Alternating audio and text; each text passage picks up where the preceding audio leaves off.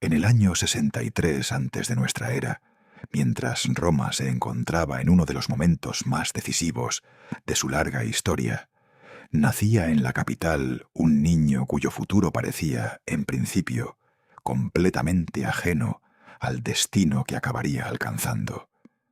Su nombre era Cayo Octavio Turino, y nadie en aquel momento habría podido imaginar que aquel recién nacido terminaría gobernando el mayor imperio conocido hasta entonces, transformando para siempre la estructura política de Roma y dando origen a un sistema que sobreviviría durante más de 5 siglos. Su ascenso resulta todavía más sorprendente cuando se observa su punto de partida. Octavio no nació dentro de una de las familias más antiguas y prestigiosas de la aristocracia romana.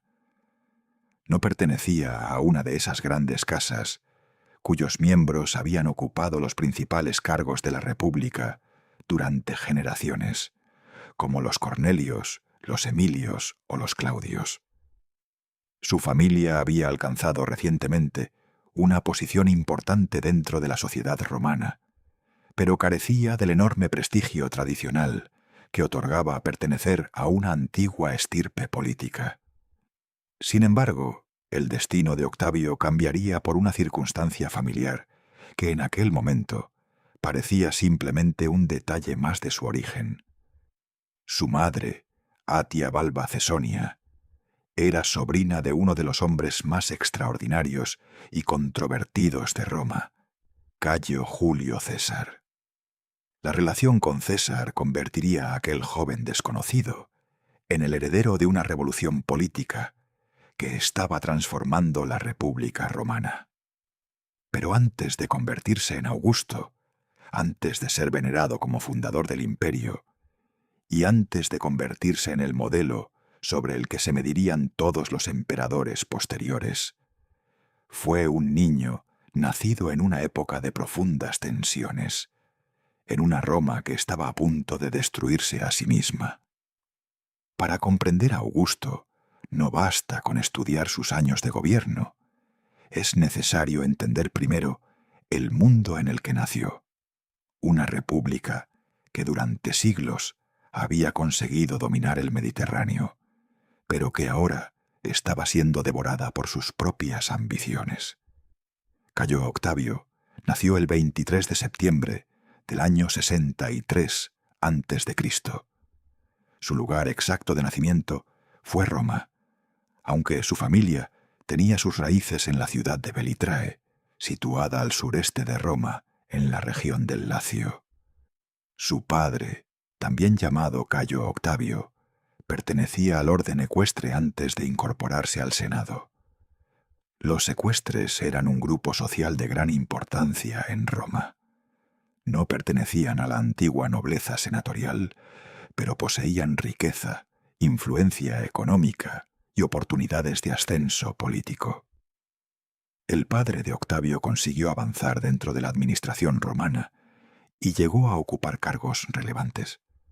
Fue prétor y posteriormente gobernador de Macedonia, donde desarrolló una carrera que podía haber llevado a su familia a posiciones todavía más importantes.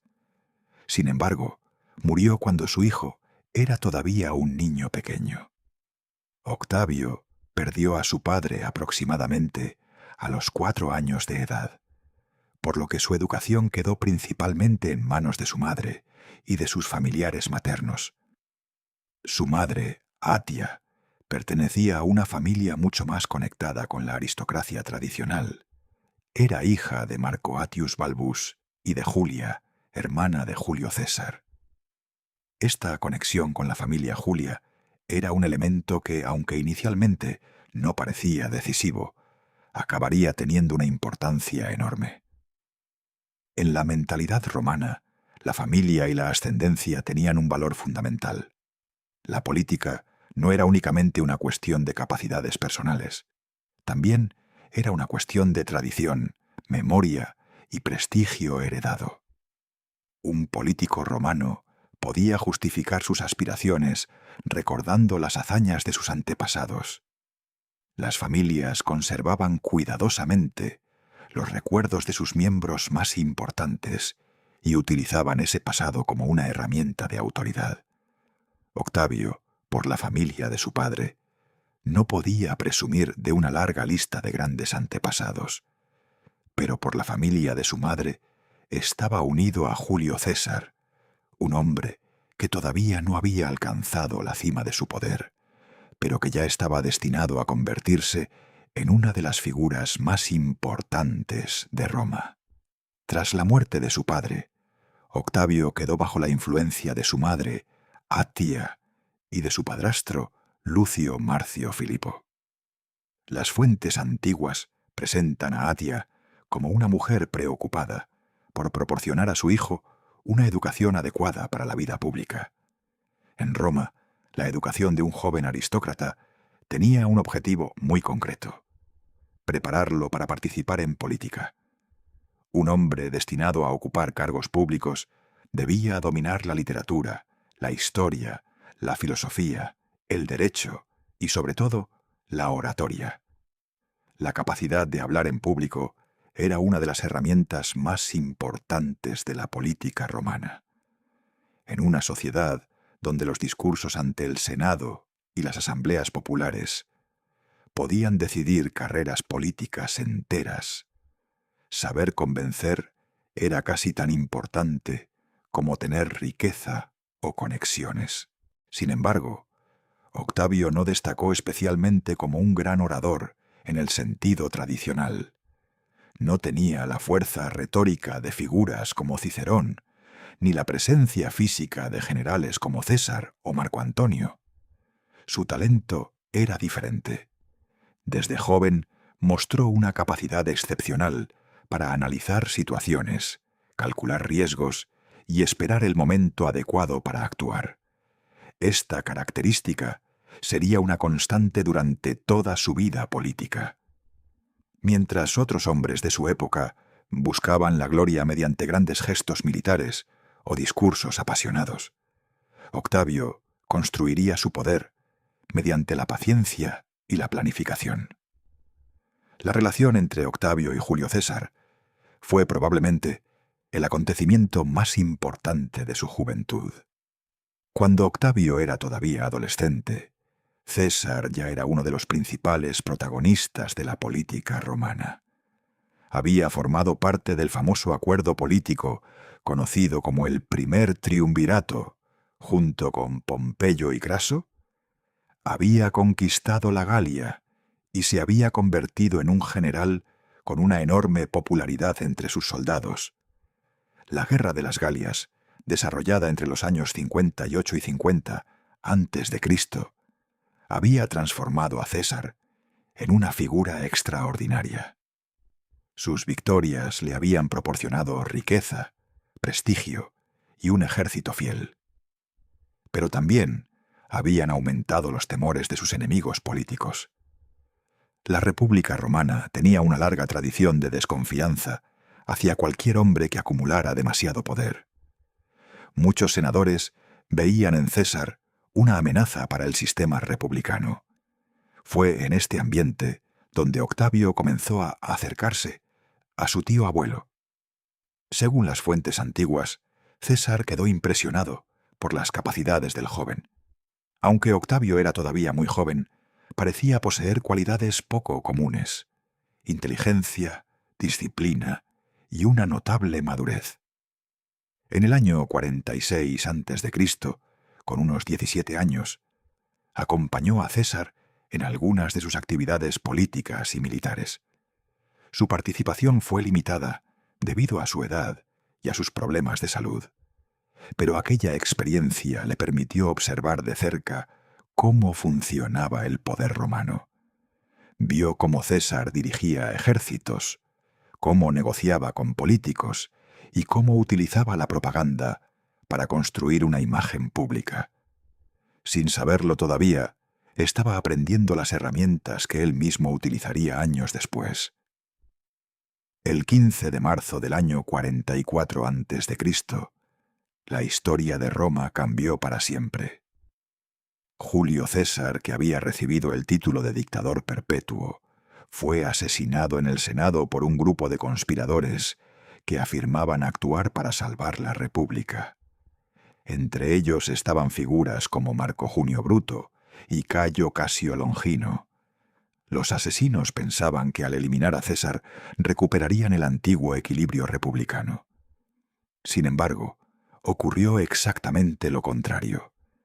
La muerte de César abrió una nueva etapa de guerras civiles y luchas por el poder.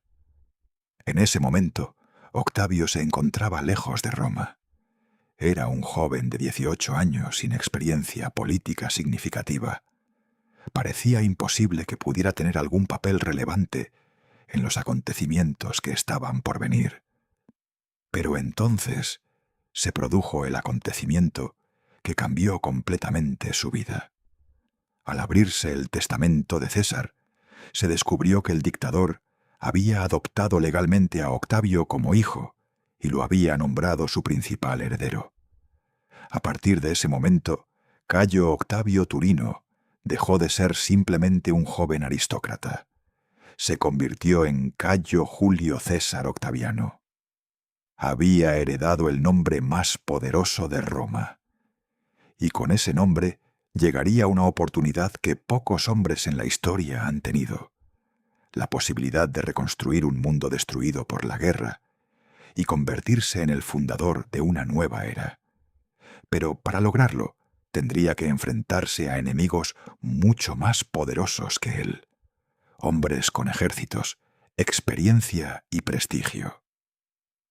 El joven heredero de César estaba a punto de iniciar una lucha que decidiría el futuro de Roma.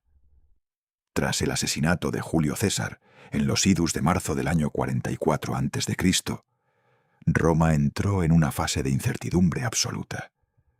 Los hombres que habían acabado con la vida del dictador habían imaginado que su muerte significaría el renacimiento de la antigua república, pero habían cometido un error fundamental.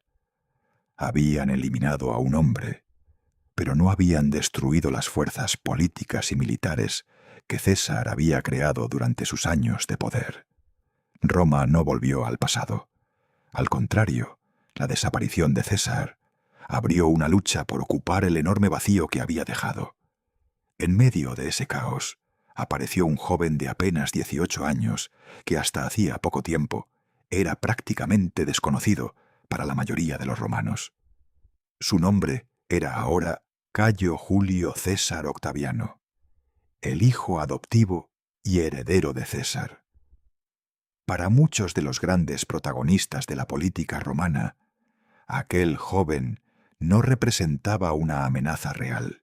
Era demasiado joven, tenía poca experiencia militar y carecía del prestigio que tenían los hombres que habían servido junto a César durante años.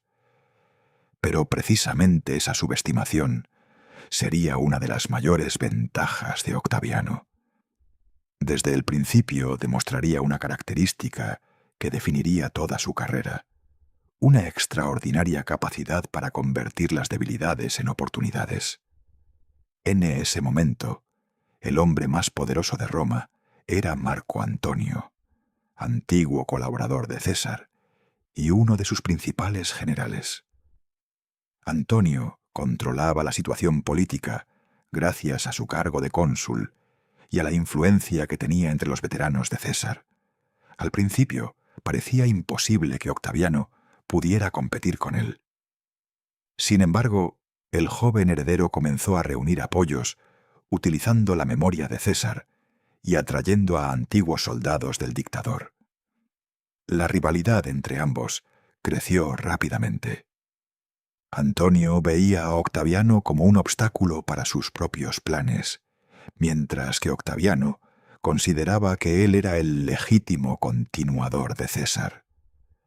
La lucha entre ambos marcaría los siguientes años de la historia romana. En el año 43 a.C., Marco Antonio se enfrentó al Senado por el control de la Galia Cisalpina. Octaviano fue utilizado por los senadores como aliado contra Antonio, pero después de la derrota de este último, la situación cambió. El Senado había ayudado a Octaviano únicamente porque necesitaba sus tropas. Pero muchos senadores desconfiaban de un joven que estaba acumulando demasiado poder bajo el nombre de César. Octaviano comprendió que los republicanos nunca aceptarían verlo como la figura dominante de Roma. Por ello, decidió cambiar de estrategia y negociar con su antiguo enemigo. La política romana se basaba en alianzas temporales, y Octaviano demostró desde muy joven una capacidad extraordinaria para adaptarse a las circunstancias. En el año 43 a.C., Octaviano, Marco Antonio y Marco Emilio Lépido formaron el Segundo Triunvirato, una alianza política reconocida oficialmente por la ley. Los tres hombres recibieron poderes extraordinarios para reorganizar el Estado y vengar la muerte de César. En realidad, el acuerdo significaba que Roma quedaba bajo el control de tres líderes militares. Para consolidar su poder, realizaron unas duras proscripciones, mediante las cuales eliminaron a muchos enemigos políticos y confiscaron sus propiedades. Entre los asesinados estuvo Cicerón, uno de los mayores defensores de la tradición republicana. Su muerte mostró hasta qué punto la antigua república estaba desapareciendo. El siguiente objetivo de los triunviros fue derrotar a los asesinos de César, Bruto y Casio, quienes habían reunido un ejército en Oriente. La confrontación definitiva tuvo lugar en la batalla de Filipos, en el año 42 a.C. Las fuerzas de Antonio y Octaviano vencieron, y los principales líderes republicanos acabaron suicidándose. La victoria eliminó a la oposición organizada contra los herederos de César y dejó a los triunviros como los hombres más poderosos del mundo romano. Sin embargo, la alianza entre ellos estaba destinada a romperse. Después de Filipos, los triunviros repartieron las zonas de influencia. Marco Antonio recibió principalmente las provincias orientales, mientras que Octaviano quedó encargado de Italia y Occidente. A partir de ese momento, comenzaron a aparecer diferencias entre ambos. Antonio tenía la gloria militar y la riqueza de Oriente, mientras que Octaviano empezó a construir una imagen política más cuidadosa en Roma. Mientras Antonio buscaba prestigio mediante campañas y alianzas con reinos orientales, Octaviano trabajaba lentamente para presentarse como el defensor de Roma y de sus tradiciones. La ruptura definitiva entre ambos llegó años después. Marco Antonio había establecido una estrecha relación con Cleopatra, reina de Egipto. Cuando Octavio derrotó definitivamente a Marco Antonio y Cleopatra en el año 31 a.C., Roma llevaba casi un siglo viviendo en una situación de inestabilidad permanente. Las guerras civiles habían enfrentado a generales contra generales, habían debilitado las instituciones republicanas y habían convertido al ejército en el factor decisivo de la política romana. Pero la victoria militar no era el mayor desafío de Octavio. La verdadera dificultad era qué hacer con el poder que había conquistado. Muchos hombres antes que él habían llegado a una posición casi absoluta y habían terminado destruidos por la misma razón. Habían demostrado demasiado claramente que querían gobernar como reyes. Julio César había sido asesinado porque muchos senadores creyeron que estaba acabando con la República. Octavio aprendió de ese error. Su gran habilidad no fue solamente vencer a sus enemigos, sino comprender la mentalidad romana. Sabía que Roma no aceptaría fácilmente que un hombre se proclamara monarca, pero sí podía aceptar a un líder que prometiera devolver la estabilidad después de décadas de caos. Por eso no destruyó la República de forma abierta. Hizo algo mucho más inteligente. la transformó desde dentro. En el año 27 a.C., tuvo lugar uno de los momentos más importantes de la historia romana. Octavio anunció públicamente que devolvía sus poderes extraordinarios al Senado y al pueblo romano. La declaración parecía representar el regreso a la normalidad republicana. Sin embargo, la realidad era muy diferente. Roma había cambiado demasiado para volver al pasado. El Senado ya no tenía la fuerza de otras épocas. Los ejércitos dependían de sus comandantes y la población estaba cansada de las guerras civiles. Los senadores, conscientes de que la estabilidad del Estado dependía de Octavio, le concedieron nuevos honores. Entre ellos, recibió el nombre de Augusto, un título que significaba algo parecido a venerable o sagrado. A partir de ese momento, dejó de ser simplemente Octavio. Nacía Augusto, el primer hombre de un nuevo sistema político. La genialidad de Augusto fue crear un gobierno que parecía una continuación de la República, pero que en la práctica concentraba el poder en una sola persona. No utilizó el título de rey. No eliminó oficialmente el Senado. No abolió las antiguas magistraturas. Los cónsules siguieron existiendo, los senadores continuaron reuniéndose y las elecciones todavía se celebraban. Pero detrás de esa apariencia tradicional había una nueva realidad. Augusto controlaba el ejército, dominaba la política exterior, influía en las elecciones y tenía una autoridad moral que ningún otro romano podía igualar. El nuevo sistema recibió el nombre de Principado, porque Augusto se presentaba como el princeps, el primer ciudadano de Roma. La palabra era importante. No decía rey, no decía dictador. Decía que Augusto era simplemente el ciudadano más importante dentro de una república restaurada. Pero en la práctica, Roma acababa de entrar en una nueva era, la era imperial. Uno de los primeros grandes cambios de Augusto fue la reorganización del ejército. Durante la última etapa de la República, las legiones se habían convertido en herramientas personales de grandes generales.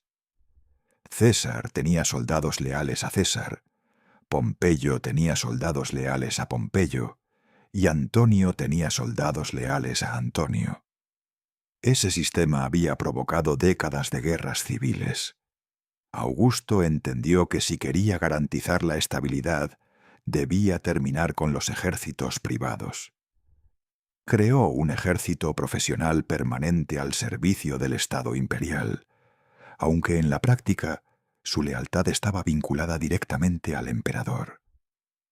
Las legiones quedaron establecidas en las zonas fronterizas más importantes del imperio, especialmente en regiones como el Rin y el Danubio, donde Roma necesitaba proteger sus territorios frente a pueblos vecinos.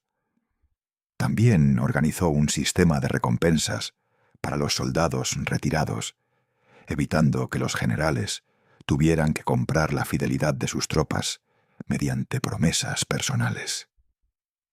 El ejército dejó de ser una herramienta para conquistar el poder político y pasó a convertirse en el principal instrumento de defensa del nuevo imperio.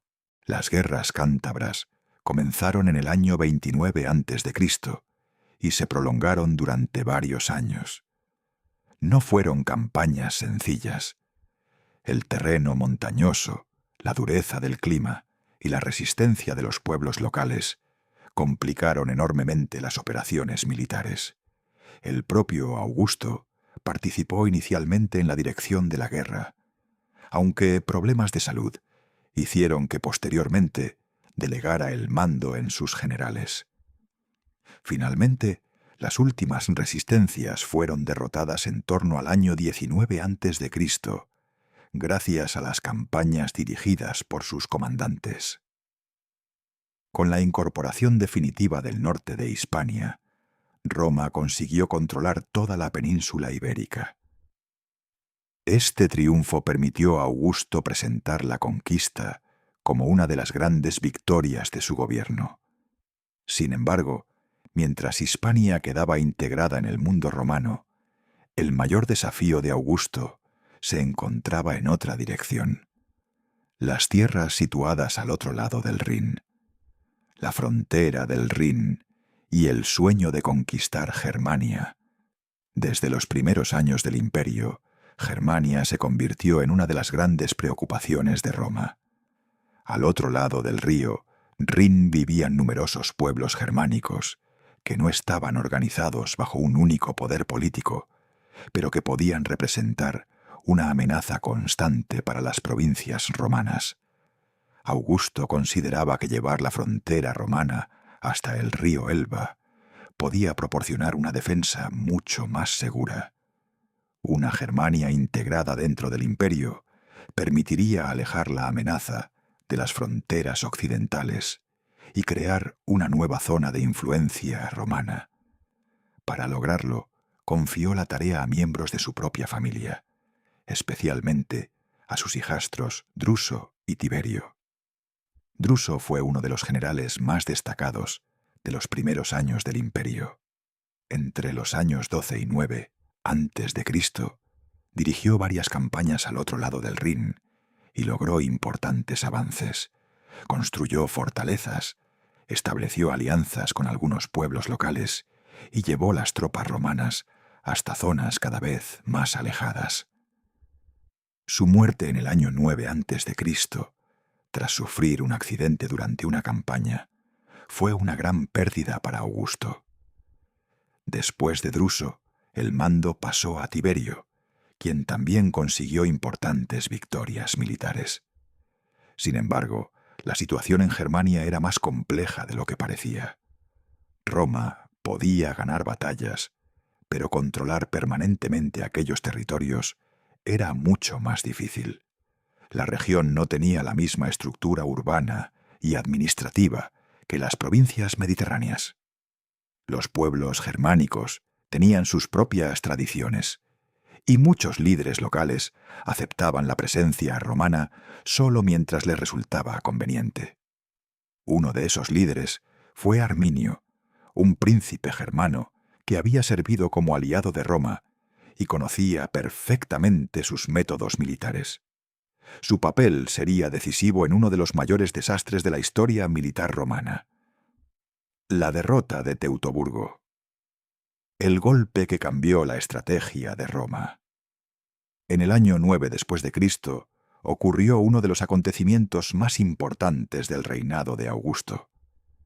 El gobernador Publio Quintilio Varo dirigía 3 legiones romanas por el territorio germano cuando fue engañado por Arminio, quien aparentaba seguir siendo un aliado de Roma. Las tropas romanas fueron conducidas hacia una zona boscosa y pantanosa, conocida como el Bosque de Teutoburgo. Allí, las fuerzas germánicas lanzaron un ataque sorpresa.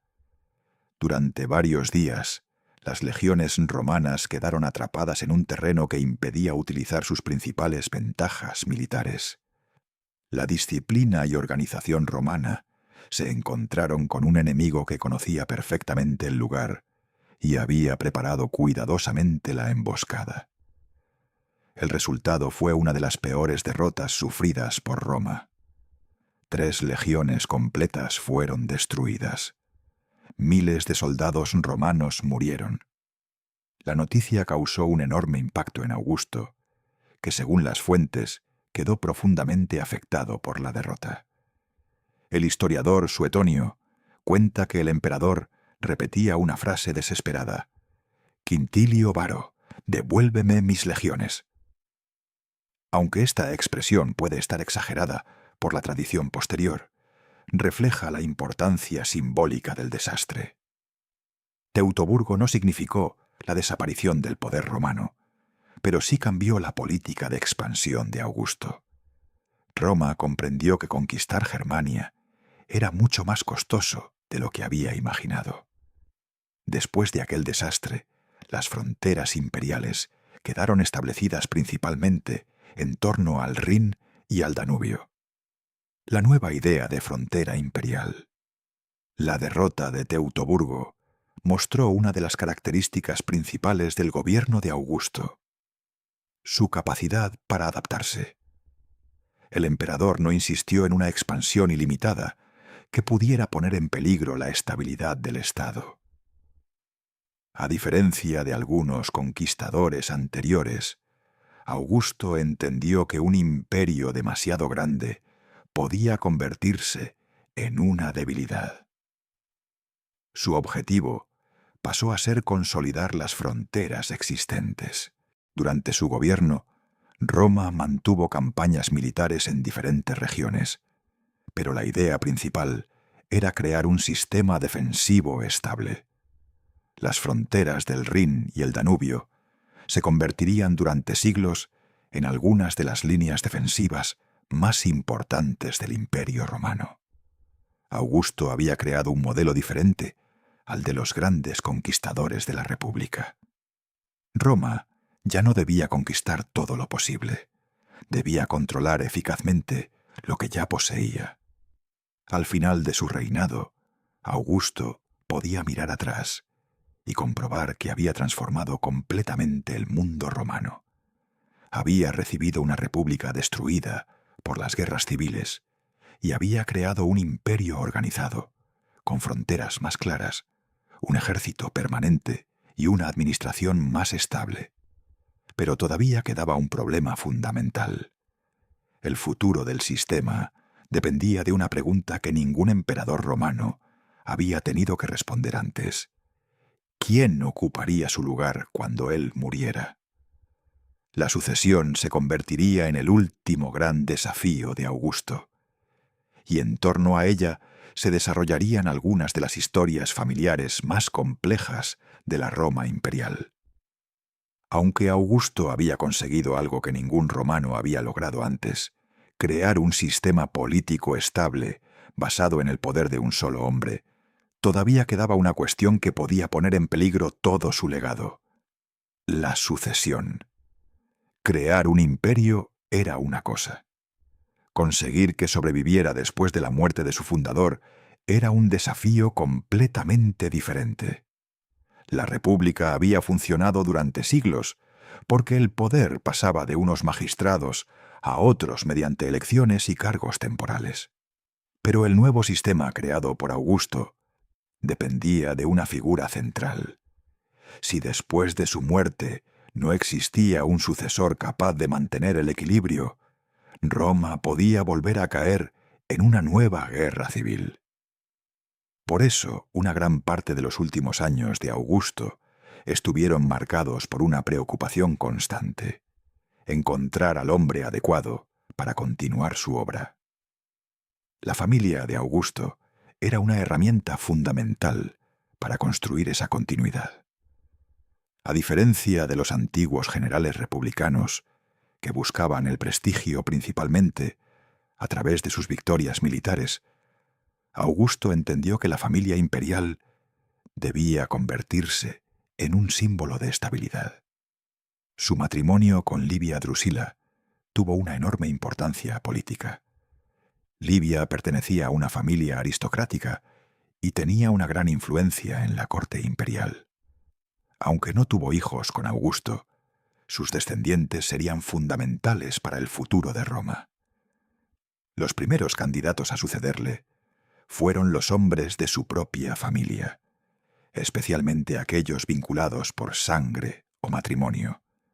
Uno de los más importantes fue Marco Claudio Marcelo, sobrino de Augusto e hijo de su hermana Octavia.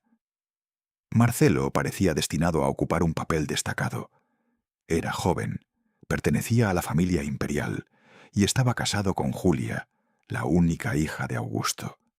Sin embargo, su futuro terminó de forma inesperada.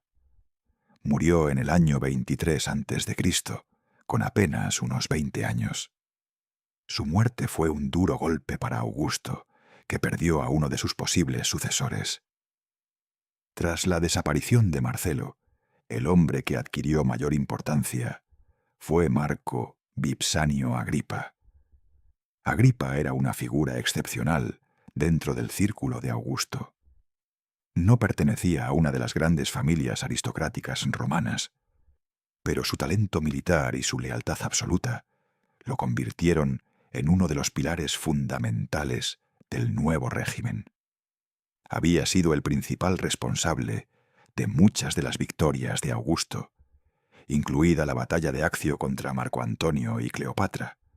Augusto sabía que necesitaba hombres capaces a su lado, y Agripa fue durante muchos años su colaborador más importante.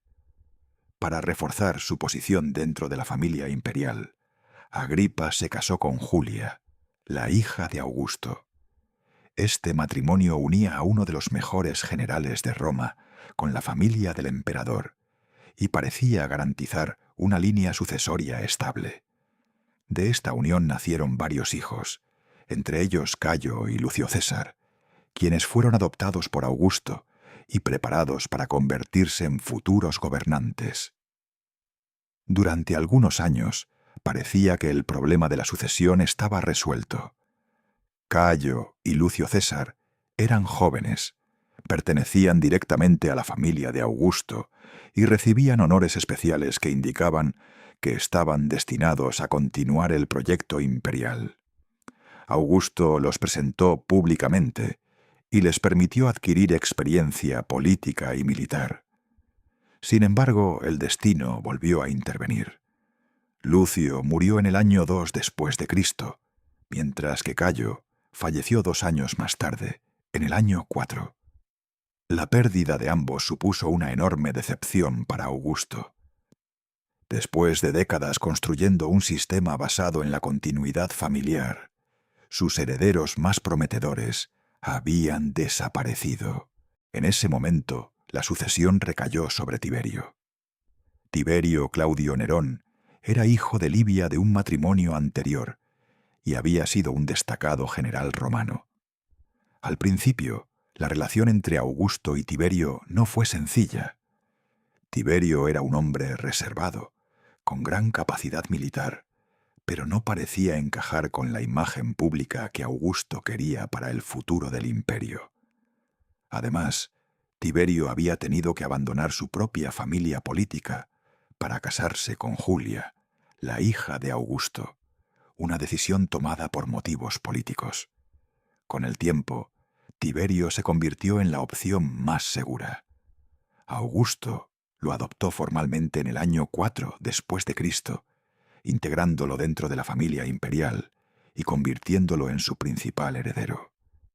La elección de Tiberio demuestra una de las grandes dificultades del sistema creado por Augusto. Aunque el emperador había intentado construir una sucesión familiar, la realidad era que Roma todavía dependía de la capacidad individual de cada gobernante. No existía una ley clara que estableciera quién debía suceder al emperador. La continuidad dependía de acuerdos políticos, prestigio militar y aceptación por parte del ejército y del Senado. Augusto había creado un sistema nuevo, pero todavía estaba buscando la forma de hacerlo permanente. Los últimos años de Augusto estuvieron marcados por esta preocupación. Había conseguido pacificar Roma, reorganizar el Estado y convertir una república en un imperio estable. Pero su mayor legado no sería solamente lo que había construido, sino si aquello podía sobrevivir sin él. Cuando finalmente murió en el año 14 después de Cristo, Roma no volvió a las guerras civiles. El sistema funcionó. Tiberio asumió el poder y comenzó una nueva etapa en la historia romana. Augusto había logrado algo extraordinario. No solo conquistar el poder, sino crear una estructura capaz de continuar después de su muerte. Pero la figura del primer emperador dejaría una pregunta abierta que acompañaría a Roma durante siglos. ¿Había salvado a Augusto la República o había creado la forma de gobierno que acabaría con ella para siempre? Augusto no solo transformó Roma mediante las leyes, el ejército y la administración. También entendió que para que su nuevo sistema sobreviviera, necesitaba algo más que soldados y funcionarios. necesitaba una nueva imagen de Roma. Después de un siglo marcado por guerras civiles, la población romana estaba cansada de los conflictos internos. Augusto quería transmitir la idea de que su llegada al poder no había sido simplemente una victoria militar, sino el comienzo de una nueva era de paz, prosperidad y grandeza. Para conseguirlo, utilizó una herramienta fundamental: la cultura. Durante su gobierno, Roma vivió uno de los periodos culturales más importantes de su historia. Poetas, historiadores y artistas recibieron apoyo para crear obras que no solo celebraban la tradición romana, sino que también reforzaban la imagen del nuevo régimen. Uno de los personajes más importantes en este proceso fue Cayo Cilnio Mecenas, un amigo cercano de Augusto que actuó como protector de muchos escritores y artistas. Gracias a su influencia, algunos de los grandes autores de la época pudieron desarrollar su trabajo dentro de un ambiente favorable al gobierno imperial. Entre ellos destacó Virgilio, autor de la Eneida, una obra que se convertiría en uno de los grandes símbolos de Roma. El poema narraba los orígenes legendarios del pueblo romano a través de Eneas, un héroe troyano considerado antepasado, mítico de los romanos. La obra conectaba el pasado glorioso de Roma con la figura de Augusto, presentándolo como el hombre destinado a devolver la grandeza al Estado. Aunque la Eneida no era simplemente propaganda política, sí transmitía una idea fundamental del régimen de Augusto. Roma tenía una misión histórica, y su nuevo líder era quien garantizaba el cumplimiento de ese destino. Otro gran escritor de esta época fue Horacio, cuya poesía reflejó los valores que Augusto quería recuperar: la tradición, la moral romana y la importancia del orden social. También destacó Tito Livio, quien escribió una monumental historia de Roma desde sus orígenes. Su obra mostraba los grandes ejemplos del pasado romano y servía como una reflexión sobre los valores que, según Augusto, debían recuperar los ciudadanos. La propaganda de Augusto no se limitó a la literatura. La arquitectura y el arte también se convirtieron en herramientas para transmitir su mensaje político. Roma cambió completamente durante su gobierno. Se construyeron templos, monumentos y edificios públicos destinados a mostrar la grandeza del imperio y la estabilidad conseguida después de las guerras civiles. Uno de los ejemplos más importantes fue el Ara Pacis, un monumento dedicado a la paz que Augusto había traído al mundo romano. Su mensaje era claro. Después de años de destrucción, Roma había encontrado finalmente la estabilidad bajo el liderazgo de Augusto. La imagen del emperador también fue cuidadosamente construida. Augusto no quiso aparecer como un conquistador extranjero ni como un rey absoluto.